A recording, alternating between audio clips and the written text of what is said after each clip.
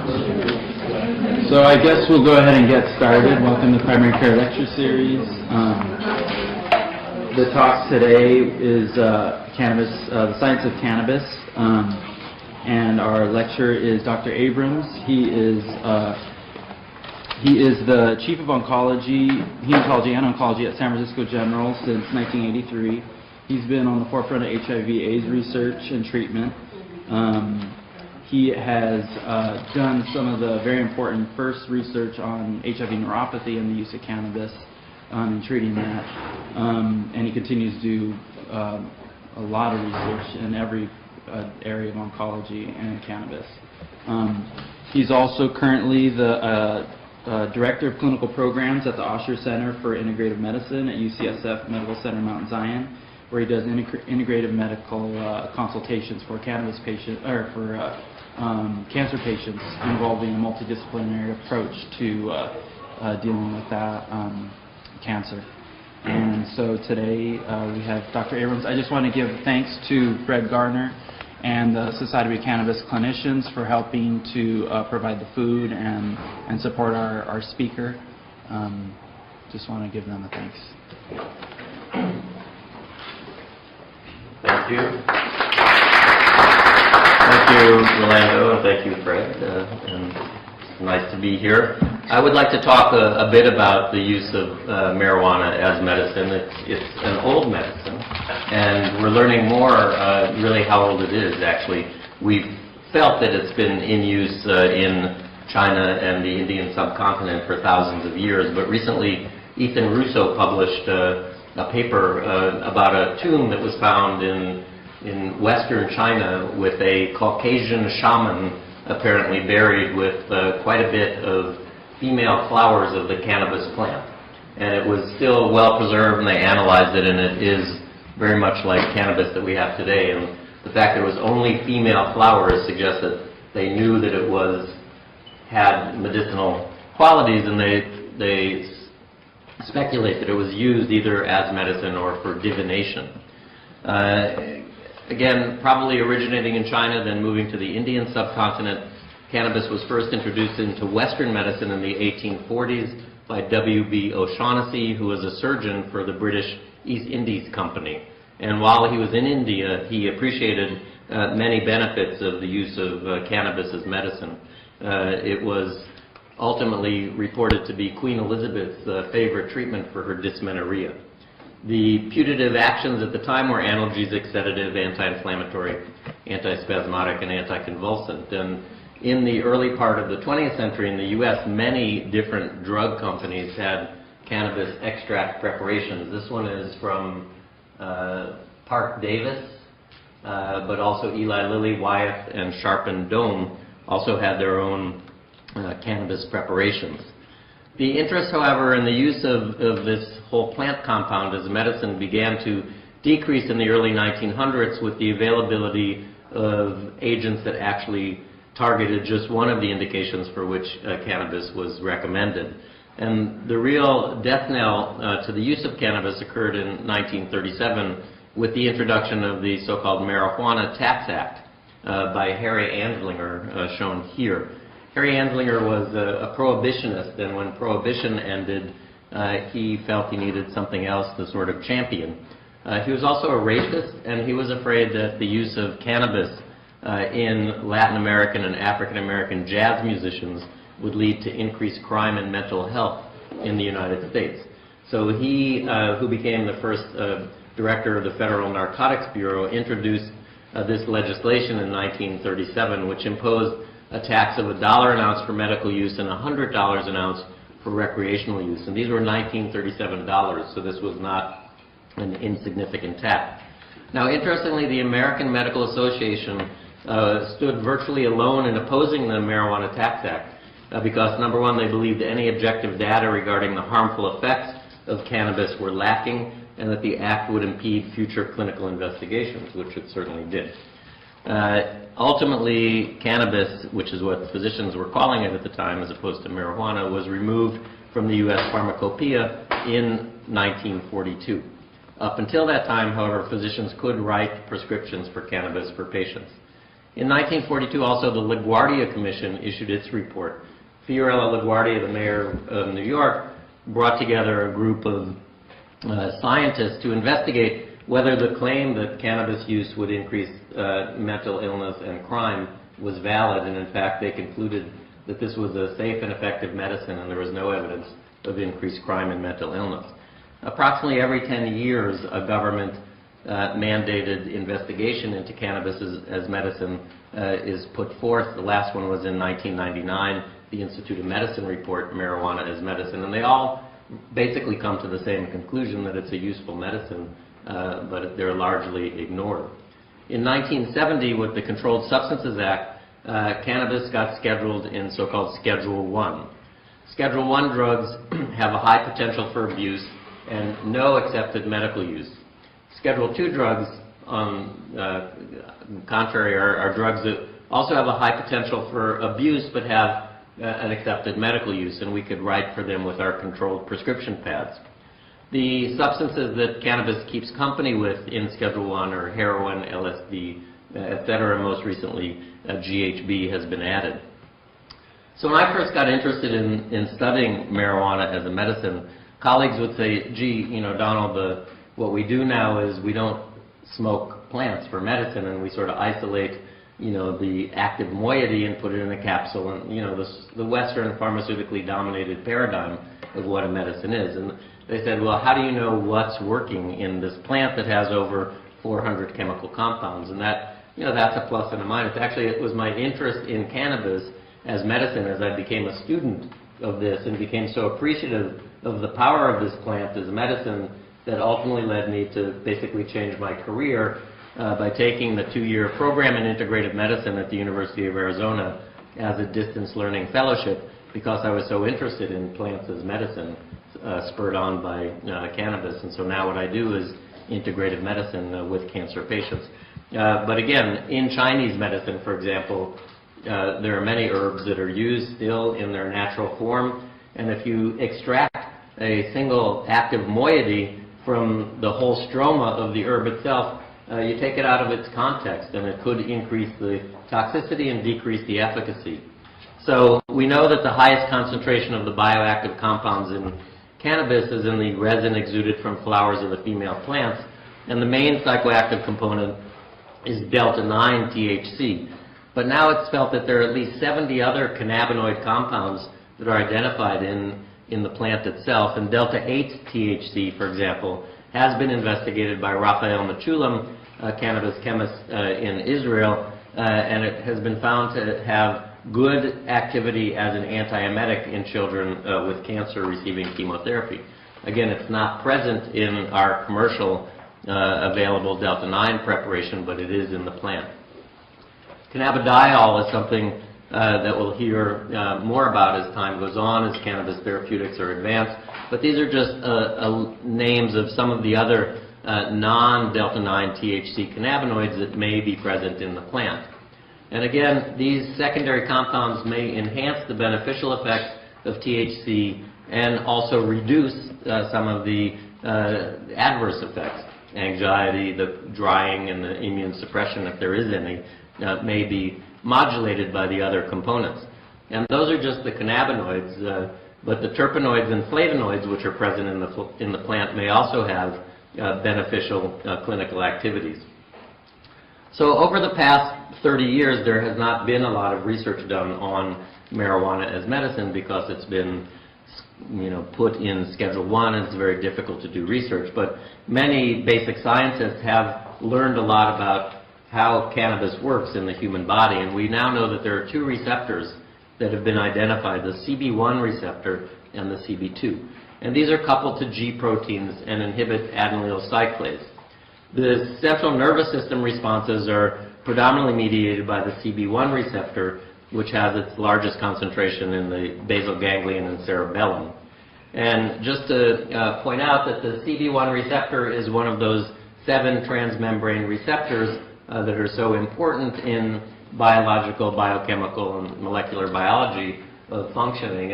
And activation of the receptor causes many different changes that lead to differentiation and change in cell function.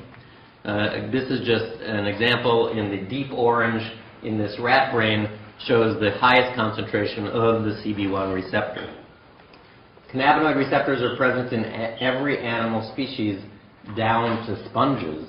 And so recently we went to an International Cannabinoid Research Society meeting which suggested cannabinoid receptors may be present in unicellular organisms. Now, why would all these animals have cannabinoid receptors? They're not meant to be smoking marijuana. I'll talk about that in a second. Let me just say that the CB2 receptor, I say it's not expressed in the brain, but again, at a recent meeting of the International Cannabinoid Research Society, there is some suggestion that it may be expressed in the brain. But this receptor was originally described in the macrophages in the marginal zone of the spleen, with the highest concentration in the peripheral blood in the B lymphocytes and natural killer cells, suggesting that this receptor may have something to do with immune response. So the receptor, why do all these animals and humans have these receptors? The answer is, like endorphins, we also make our own endogenous cannabinoids called the endocannabinoids. And the first one of these that was identified again by Raphael Mechoulam, the Israeli cannabinoid chemist, was called anandamide, from the Sanskrit word for bliss. And anandamide and the other endocannabinoids, most convincingly 2-AG, those are the two endocannabinoids, they complex with the cannabinoid receptor and then affect change in the cells. So why do we have endocannabinoids? I don't think anybody knows, but the best lay sort of explanation that I've read is by Michael Pollan, who wrote a book called The Botany of Desire. And he describes 4 plants that we think we've mastered, but he suggests that the plants have mastered us to make them better. And he suggests that we have endocannabinoids to help us forget things. So while I'm sitting here talking to you, I'm not remembering the last time I saw Fred or where I parked my car at San Francisco Airport, or, so I could forget. And then if we replace our endogenous cannabinoids with the plant cannabinoid or the phytocannabinoid by smoking or ingesting marijuana, we forget to forget. So everything becomes new, wow. Like that. So that's why we think we have endocannabinoids. Now, many pharmaceutical companies are now working on modulation of the endogenous cannabinoid system via creating agonists and antagonists for the receptors. And what we know about the functions of CB1, when the endocannabinoid or the plant cannabinoid combines to the CB1 receptor, we think it impacts on appetite, immune function, muscle control, pain, intraocular pressure, cognition, emesis, neuroexcitability, reward mechanisms, and thermoregulation. Via the CB2 receptor, again, the receptor that's more commonly seen on cells of the immune system, we think that there may be effects on immune function, cell proliferation, certainly important to me as an oncologist, inflammation, and pain. So again, many pharmaceutical companies are now working to develop agonists or antagonists to CB1, CB2, looking to try to figure out how to increase or enhance or decrease the metabolism of the endocannabinoids, many different ways to modulate and manipulate the system to get physiologic and pharmacologic effects. The cannabinoid that we're most used to in medicine is dronabinol, otherwise known, the generic name is, the pharmaceutical name is Marinol. This is oral delta-9 THC, which was initially approved in 1986 for treatment of nausea and vomiting associated with chemotherapy. In 1992, the label was expanded on dronabinol to include treatment of AIDS-related appetite loss. You guys are all too young to remember, but in 1992, before we had effective antiretroviral drugs, the largest, second most common cause of death in people living with HIV after pneumocystis pneumonia was the AIDS wasting syndrome. These patients couldn't eat, they had fever, diarrhea, they lost weight, they became skeletal like concentration camp victims. The first drug that was approved for the treatment of this disorder was Megace. But the second drug was dronabinol. However, if you look at this advertisement carefully, because you need to have truth in advertising, you can see that in placebo-controlled studies, dronabinol did not actually lead to an increase in weight, but it led to an increase in appetite in these patients with HIV. But it was approved for political reasons, I think, mainly. And we started to give our patients in San Francisco and elsewhere with AIDS wasting syndrome, again, prior to the available effective antiretroviral drugs, this oral THC. And the patients actually complained about it and said, I don't like it. It takes a long time to work. If I'm taking it to increase my appetite, the peak plasma concentration actually in research that we did occurs 2.5 hours after it's taken by mouth. And it lasts for a long time with a terminal half-life of 20 to 30 hours. But what you get, if you look at the pharmacokinetics, you get a very slow rise to a low peak that lasts for a long time. And in addition, when taken by mouth, either dronabinol or cannabis products, so people who eat brownies, for example, when the delta-9 goes through the liver, the first pass metabolism, delta-9 THC is converted to an 11-hydroxy metabolite, which also is psychoactive. So people who take Marinol or eat brownies, for example, often say that they get more of an effect than a sedating effect, if you will, than if they smoke. So when Marinol was released in '92, very shortly thereafter in '94, this is a front cover from one of the old gay newspapers that no longer exists in San Francisco, saying marijuana is good medicine because our patients just didn't like taking this pill. And what they're describing is really the benefit of the inhaled pharmacokinetics. When inhaled and taken rapidly into the bloodstream, redistributed, first of all, a considerable amount of the dose is lost in smoke and destroyed by combustion, but the peak blood level occurs in 30 minutes and then rapidly comes down, a little bit like an IV bolus.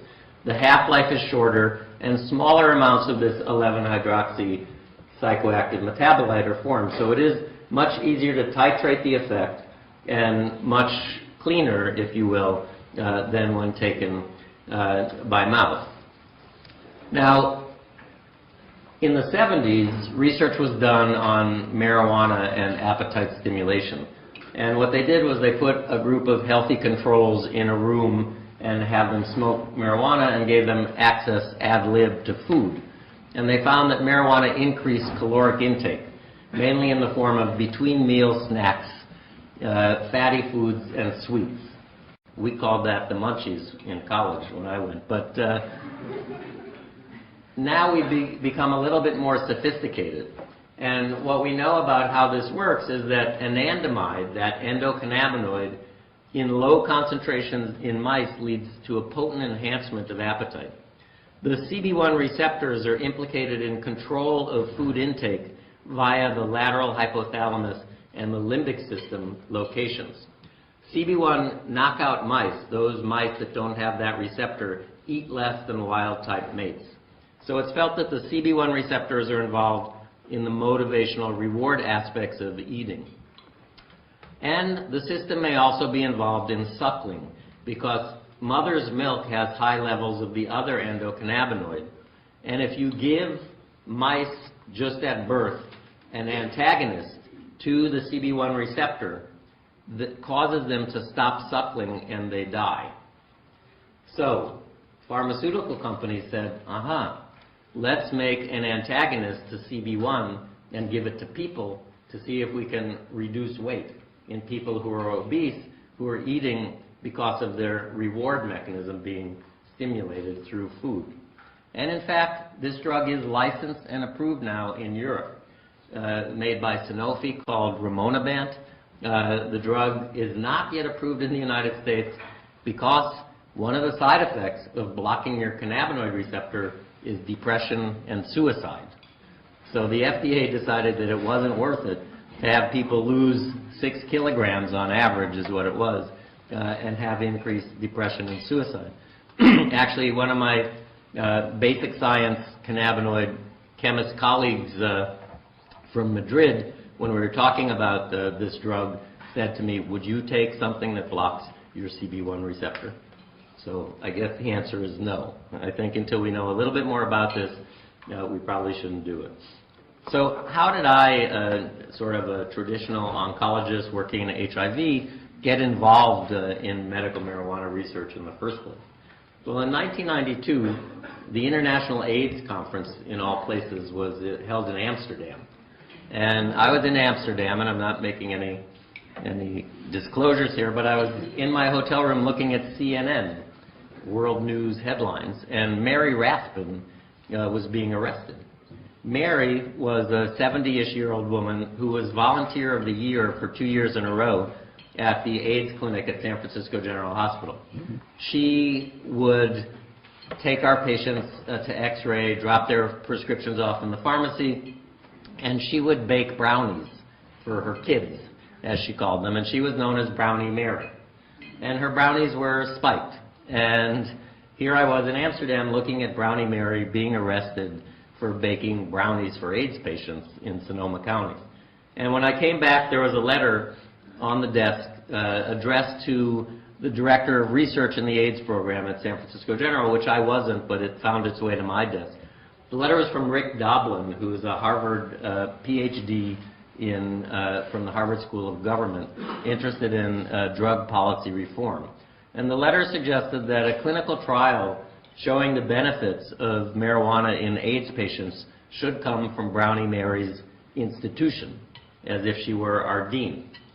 So I said, okay, this sounded interesting. So I sent Rick Doblin our template for how to write a protocol for the Institutional Review Board, thinking since he's not an MD, I could sort of, tone him down and keep him away for a while. I said, send me a proposal. In a week, he sent me a proposal to compare marijuana brownies to Marinol. And I said, gee, if we're going to do an 8-week study, we need a stable supply of drug, and I don't think brownies are going to last for 8 weeks. So then, finally, in 1994, we submitted a proposal to look at 3 different strengths of inhaled THC versus dronabinol. But we couldn't get the marijuana from the federal government, the only legal source of marijuana. And they didn't think it was a very good study. They weren't happy about us giving marijuana to outpatients. So in '96, we submitted another study to the government saying we were going to do a much more elegant inpatient study in our General Clinical Research Center. And again, they didn't like it because our endpoint was, does marijuana have a medicinal benefit? 1997, it's interesting, I actually went to the Clinton inauguration, and I met with Alan Leshner, who at that time was head of NIDA, the National Institute on Drug Abuse, and he explained to me that these first 2 requests never could be granted because NIDA is the only legal source of marijuana for research in the country. And NIDA has a congressional mandate to study substances of abuse as substances of abuse. He said we're the National Institute on Drug Abuse, not for drug abuse. So we cannot give you marijuana to study to see if it has a medicinal benefit. So in 1997, a few things happened. The state of California voted to allow us to discuss with patients the use of marijuana, the Compassionate Use Act. Protease inhibitors became widely used in patients with HIV, and they no longer developed the wasting syndrome. But there was a report of a patient dying because of a drug-drug interaction between protease inhibitors and ecstasy, a street drug. And so I looked and I found that in fact cytochrome P450, which is the key to metabolism of the protease inhibitors, also interacts with cannabinoids.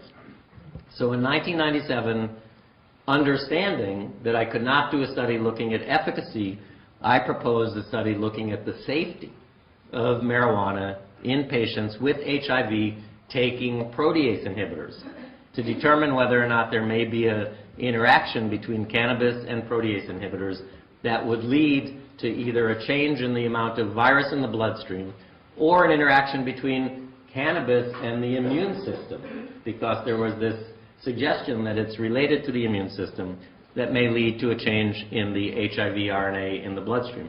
This was a 25-day inpatient study in our General Clinical Research Center. We enrolled 67 people, and we ultimately analyzed 62 who completed the study.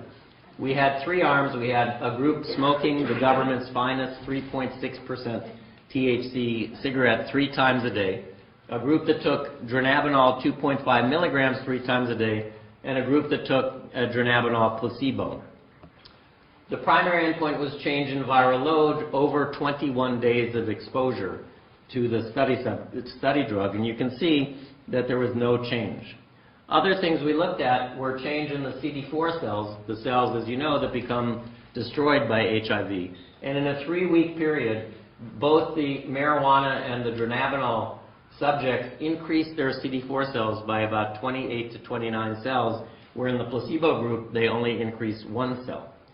The difference at 21 days was not statistically significant between 1 and 29, but if we did a so-called repeated measures analysis, where we looked at data that also came on day 7 and 15 and 21, then we had, or 7 and 15, then those differences were statistically significant.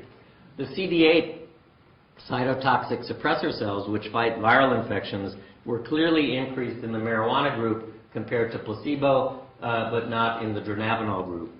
And actually, the dronabinol people were interested in using our data to go back to get a different indication for dronabinol, because this study showed that compared to placebo, the dronabinol recipients gained 3.2 kilograms in 21 days, whereas the placebo group gained 1.1 and the marijuana smokers gained 3 kilos. So clearly, the cannabis did lead to weight gain in these patients.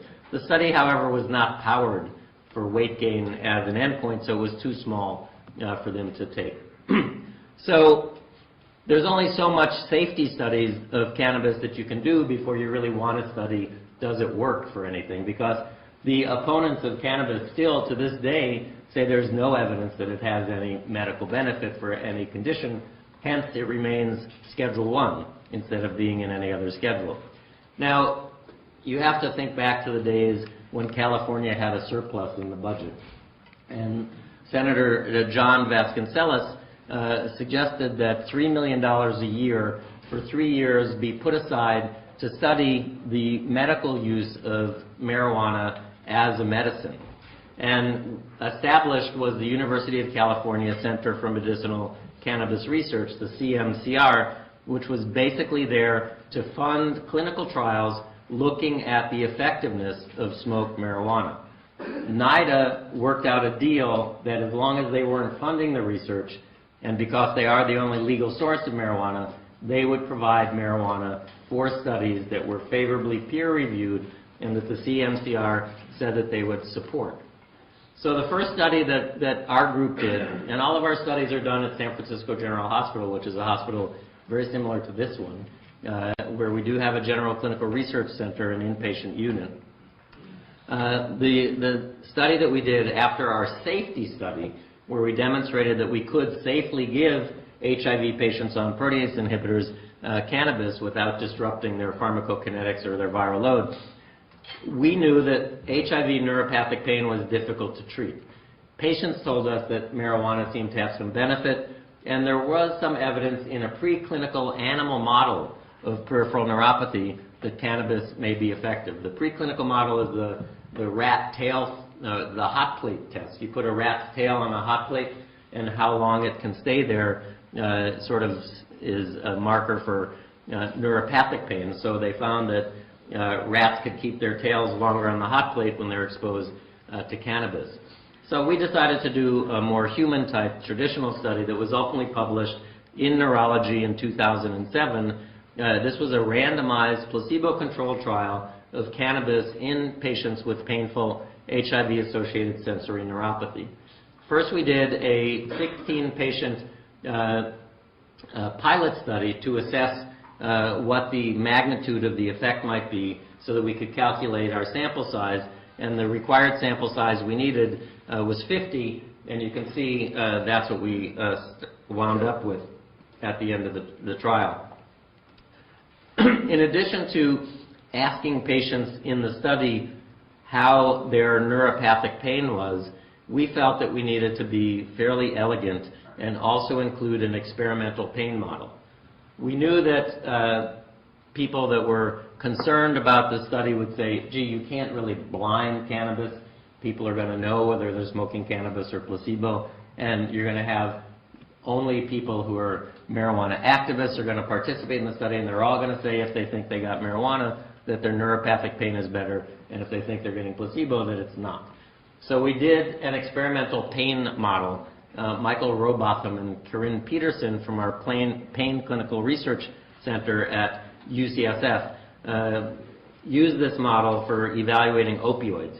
You heat the skin for 30 minutes to 40 degrees Celsius, and it creates a rectangle of erythema, on top of which then you rub capsaicin cream. And this creates an area of hyposthesia and allodynia around this rectangle, which you measure out with the patient looking over here. You use a brush or a foam pad and you ask them where it changes. So it's very much objective and not at all subjective. And we measure before and after smoking the area of hyposthesia and allodynia. So this was a 5-day study that had a 2-day lead-in. Patients needed to have a pain score above 40 out of 100. They came in at 60. After the 2-day lead-in, being off their feet, not doing stuff around their house, their pain dropped a little. But after smoking the cannabis, you can see our endpoint was the percent of patients whose pain is reduced greater than 30%, because my pain colleagues feel that 30% is a good threshold.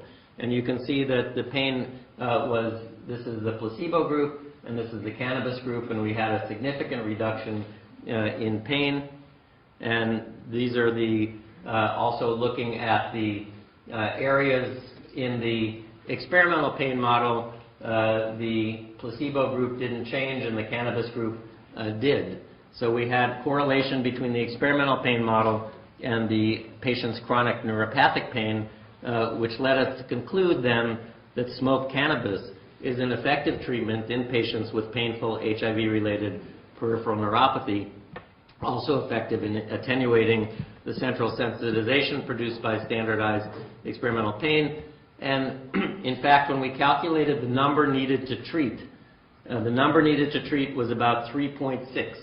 3.6 people needed to be treated to get 1 to have a response. That's the same as gabapentin in HIV neuropathy. Now, we didn't compare gabapentin to smoked marijuana in this study, but from other studies of gabapentin, the magnitude of this pain reduction is similar to what's seen in the current standard of care.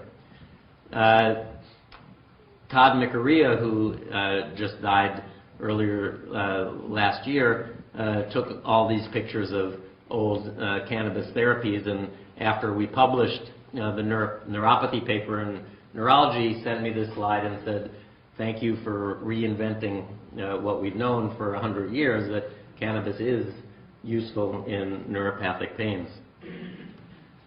Cannabinoids in pain are probably I told you what the endocannabinoids are to help us forget, and Michael Pollan in his second book he wrote, The Omnivore's Dilemma, describes sort of being a hunter and going out hunting for an animal and how he just stand very still, hold the gun in this awkward position, and develop all these pains, and postulates that animals that are predators, that's probably why they have endocannabinoids, so they can hunt effectively and forget that they have pain. So there is this link between the analgesic system and the cannabinoids, and elevated levels of the CB1 receptor, like the opioid receptor, are found in areas of the brain that modulate processing of noxious stimuli. We also think that the CB1 and CB2 agonists have peripheral analgesic actions, and cannabinoids may also have anti-inflammatory effects. The analgesic effects of cannabinoids are not blocked by opioid antagonists, so they have different pathways.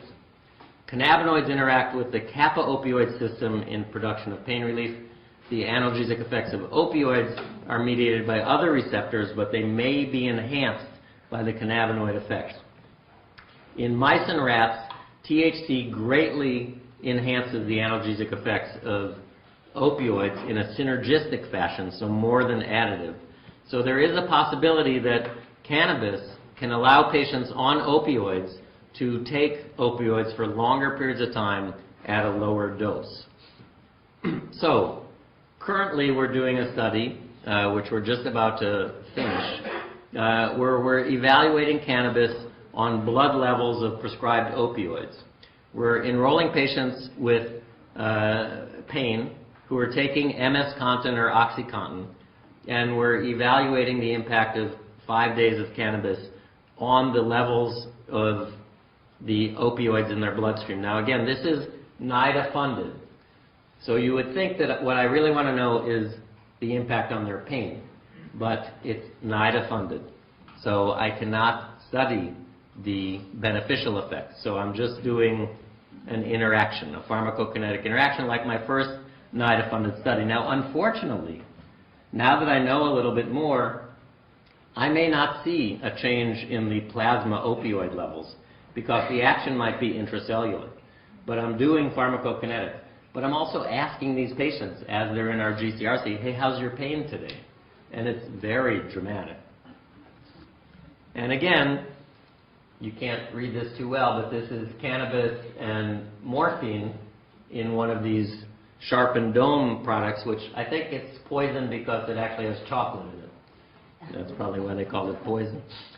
So, as an oncologist, the symptoms that I have to deal with in my cancer patients are numerous and well known to all of you.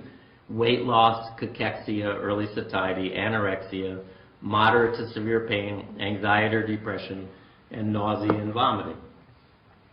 Now, in the 70s, Jimmy Carter was president, and he was a bit lax, as they say, on drugs compared to some of the people that have followed. And young people in the 70s got cancer, unfortunately, if they got Hodgkin's disease and they were smoking marijuana. And their oncologists only had compazine to prescribe for nausea. We didn't have what we have today in our armamentarium. And that's how we learned that cannabis is a useful antiemetic for patients taking chemotherapy, through anecdote. But in randomized trials, oral THC was found to be better than placebo and equivalent or superior to a compazine. Smoked THC appeared superior to oral. But I think if we had a line up now, we would say that certainly our serotonin antagonists are the most effective. But they don't work for everybody. And so it's good to have other agents in our toolbox. Now, Rick Doblin, who I mentioned earlier, actually published in the Journal of Clinical Oncology in 1991 a survey that he did of members of the American Society of Clinical Oncology, at which time in 1990, 44% had recommended marijuana to at least one patient. And marijuana was believed to be more effective than dronabinol by 44% of these oncologists, dronabinol more effective than marijuana by 13%. So again, in palliative care, weight loss, anorexia, nausea and vomiting, of the antiemetics, only cannabis also increases appetite. Granisetron does not increase appetite. Ondansetron, metoclopramide, they don't. Moderate to severe pain, anxiety, depression, these are all symptoms. In my work in integrative oncology at the Osher Center, I see mainly patients in consultation who are being cared for by another oncologist, but they say, my oncologist has never mentioned to me that maybe cannabis would be of use. So I find myself writing many letters. And when I go to these marijuana meetings where there's a bunch of basic scientists or people working with animals, they always describe euphoria as an adverse event or a side effect. And, I'm not sure it's an adverse experience, especially for a terminal patient. So a single treatment that increases appetite, decreases nausea and vomiting, relieves pain, improves mood, certainly I believe is a potentially useful tool in palliative medicine. Now, even more importantly, so I have a new book coming out. I won't try to be too gross, but March 9th, Donald Abrams and Andrew Weil's Integrative Oncology will be published by Oxford University Press. And there are 30 chapters, and Andrew wrote the first chapter, Why Integrative Oncology, and I wrote the chapter, Cannabis and Cancer, which follows a huge chapter on botanicals in cancer. And I wrote it with Manuel Guzman, who is the PhD in Madrid that I mentioned, who studies the basic science of cannabinoids and their anti-cancer effect, because there's an increasing body of preclinical evidence that cannabinoids may have anti-cancer activity. There are also antioxidants and anti-inflammatory agents in the plant, the terpenoids and flavonoids. There's a suggestion that there's anti-tumor activity by way of the cannabinoid receptors inducing apoptosis and impairing tumor vascularization. Skin tumors and gliomas seem responsive in animal models, but actually, if you give nude mice tumor xenografts, cannabinoid curbs the growth of lung cancer, thyroid, lymphoma, skin cancer, and gliomas. So again, it's preclinical, but it's very exciting. Cannabinoids appear to induce apoptosis in the gliomas. Cannabinoid administration in mouse models differentiates tumor vascular hyperplasia, so it's probably associated with reduced expression of VEGF and VEGF receptors, which is what Avastin or bevacizumab is doing. Cannabinoids also appear to decrease the activity of matrix metalloprotein 2, which regulates the invasiveness of tumors and their tendency to metastasize. So, you know, this research was originally done in the United States in the 70s, but has been, nobody gets funded to do it anymore, so this research is all being done in Italy and Spain, and they are at the forefront. What about the safety of cannabis? People are concerned. There have never been a death reported from an overdose of cannabis. It's estimated that one would have to smoke 800 cigarettes. I think it's in 15 minutes to kill, and death would be secondary to carbon monoxide and not cannabinoids. By comparison, it would take 300 mLs of vodka or 60 milligrams of nicotine to produce a lethal effect. And the reason that there aren't any overdoses is because, unlike opioid receptors, the brainstem, which regulates respiration and other vital function, does not have cannabinoid receptors. They're in the cerebellum and the limbic system. The addictive potential and minor withdrawal syndrome of cannabis are less than or equal to caffeine. And then we worry about the risk of cancer.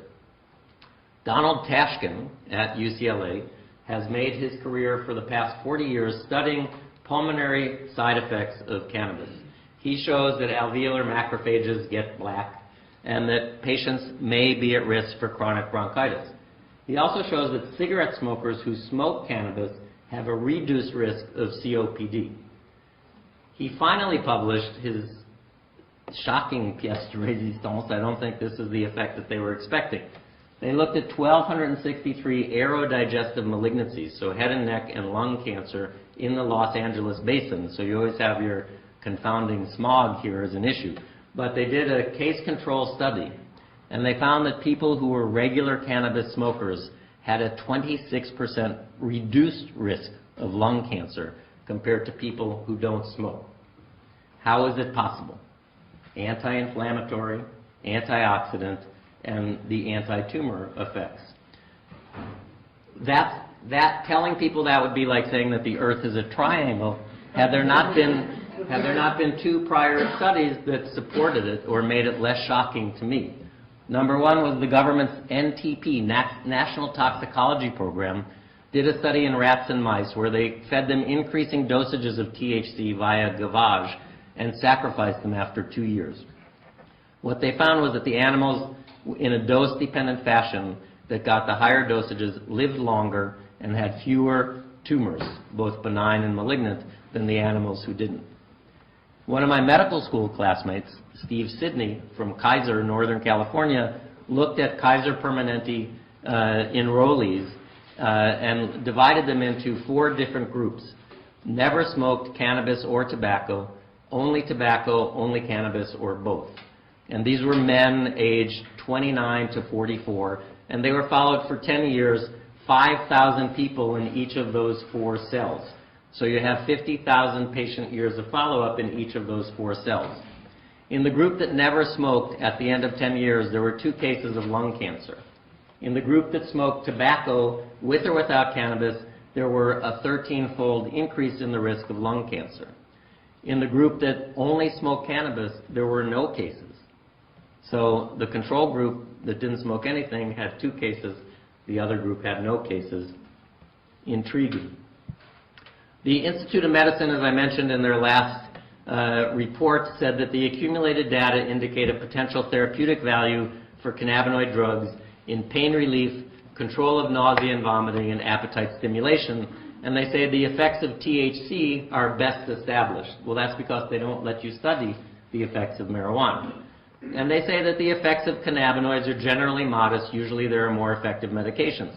Just like I mentioned, as an antiemetic, you know, I prefer, God forbid, to have granisetron or ondansetron. But I believe it was Melissa Etheridge who just was treated for breast cancer and said she never could have gotten through her chemotherapy without having the availability of marijuana. So the Institute of Medicine report said the goal of clinical trials of smoked marijuana would not be to develop it as a licensed drug, but as a first step towards the development of non-smoked rapid onset cannabinoid delivery systems. So they recommend clinical trials of cannabinoid drugs with the goals of developing a rapid onset, reliable, and safe delivery system. So this led to another study that we did, funded by the Center for Medicinal Cannabis Research, investigating the so-called volcano vaporizer.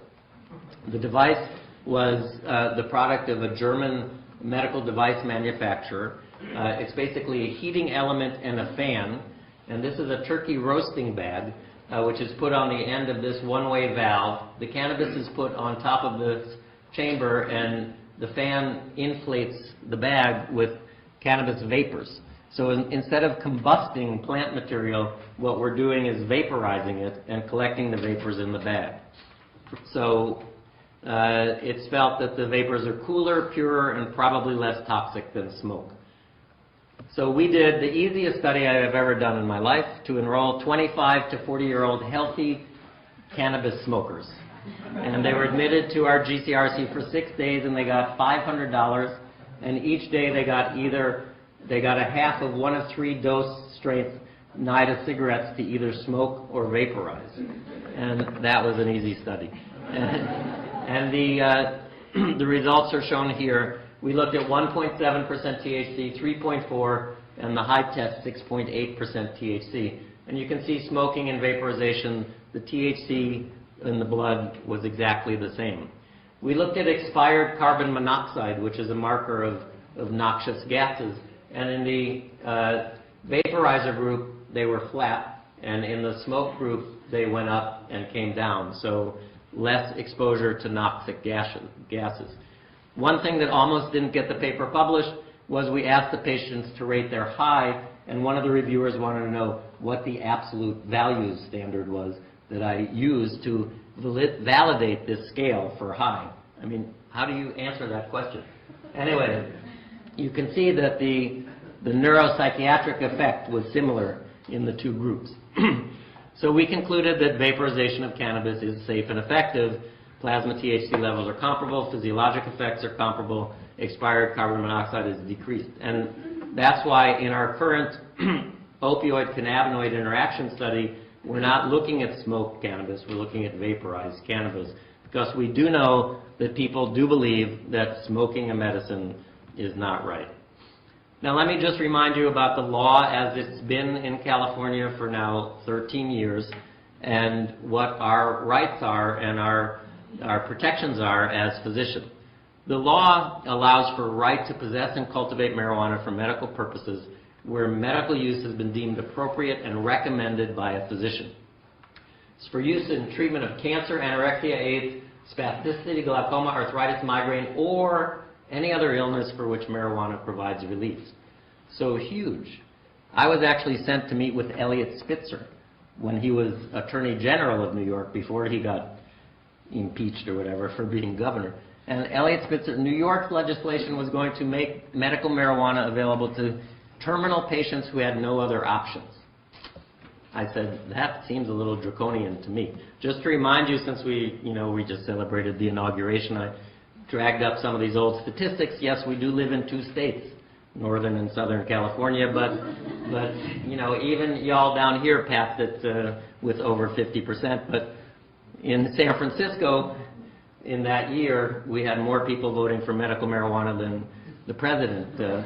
However, this year, Obama had 84% of San Francisco. So The Medical Board of California in their action report said, the intent of the board at this time is to reassure physicians that if they use the same proper care in recommending medical marijuana to their patients as they would any other medication or treatment, their activity will be viewed by the medical board just as any other appropriate medical intervention. Accepted standards should be followed as when recommending any medication. So do a history and a physical, send patients for consultation as necessary, and keep proper records. And they said in this report, if physicians use the same care in recommending medical marijuana to patients as they would recommending or approving any other medication or prescription drug, they have nothing to fear from the medical board. Next line, though, although it could trigger a federal action. So that is not going to happen. If you, as a primary care provider, discuss with your patient that they may benefit from the use of cannabis and say that you will continue to follow them if they choose to use it. That's all. And the one thing that is still a bit bizarre about this law is that you can then not tell a patient where to get it, because that's considered aiding and abetting. So that's the key thing that we need to remember. Nobody's going to go after a resident at a hospital like this writing a letter saying that you will continue to follow a patient in your practice should they choose to use cannabis. And you are denying people an effective medicine if you refuse to write those letters. But you don't know how to dose it. Well, patients are going to figure out the right dose. Dosing of any botanical is always complex because the plant products vary in their potency, containing varying amounts of the psychoactive or the medicinally active components. And it's difficult to standardize a dose of an inhaled medicine. For our clinical trials, we use the Fulton puff procedure. And we have them inhale for 5 seconds, hold for 10, and then wait for 45 before they resume. That's just so we can get a standardized delivery. And then there are individual variation in response to smoking cannabis. Some of it is set and setting. Some of it is prior experience. And I bet you we're going to find out in the future that pharmacogenomics are also going to be a major influence on how people tolerate cannabis. Multiple variables dictate that dosing will be highly individualized. Patient-determined self-dosing model is recommended. A self-titration model is acceptable in view of the plant and host variables and the low toxicity of cannabis. Gabapentin, which I already mentioned, is another example of a drug with relatively low toxicity, probably more than cannabis, but high dosing limits. We start patients with 300 milligrams 3 times a day and say, crank it up until you're taking 3 times a day, or even 4 3 times a day. So we do have this sort of vague dosing. Now, just in ending a little bit more with some, socioeconomics and politics, I was treadmilling at the gym a few years ago, and Lou Dobbs did one of those quick votes. Do you believe the federal government should prosecute doctors who prescribe medical marijuana?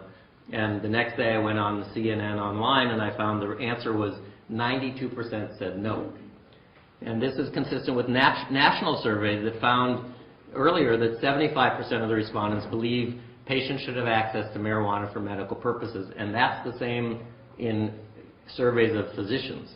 Also, 3/4 believe that patients should have access. If you've gone to change.com or org, I forget which it is, apparently when you're supposed to rank what you think the biggest issues for the administration are, out of the top 5, number 1 and 4 were related to medical marijuana. And the first was that marijuana should just be legalized. This is what the number 1 advice to the Obama administration was.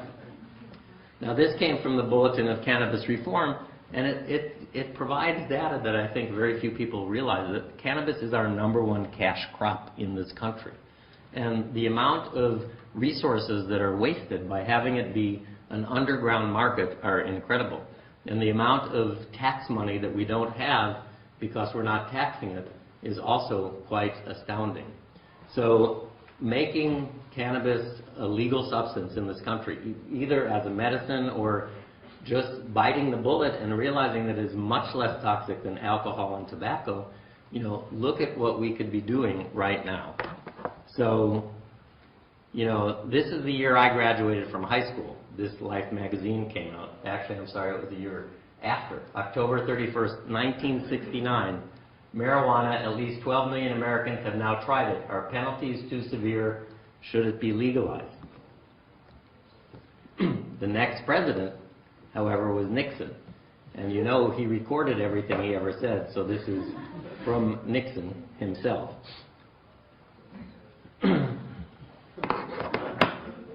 My reason for continuing to be involved in the study of medical marijuana is I believe that the history of medicine suggests that in these days of genomic medicine and nanotechnology, that really, to be grounded, we do need to return to our roots. And with that, I'll say thank you for your attention, and I'm happy to answer any questions.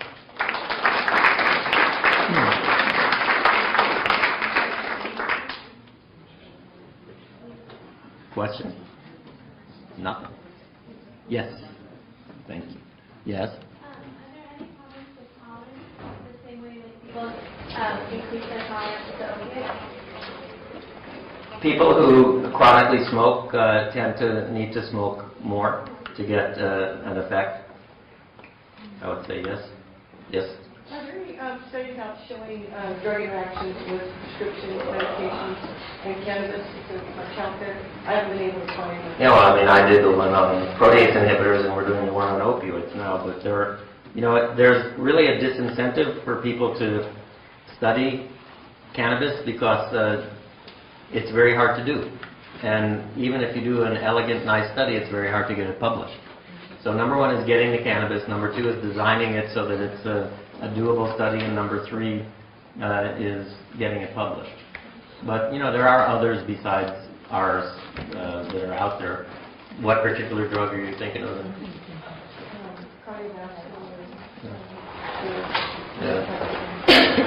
I did ask that question. Yeah. I doubt that there would be any significant interaction personally. Yes.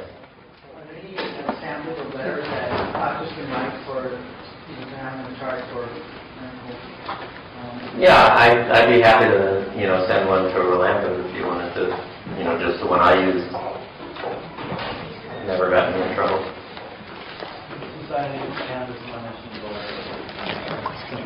The Society for Cannabis Clinicians, he said, also has some information. Also normal.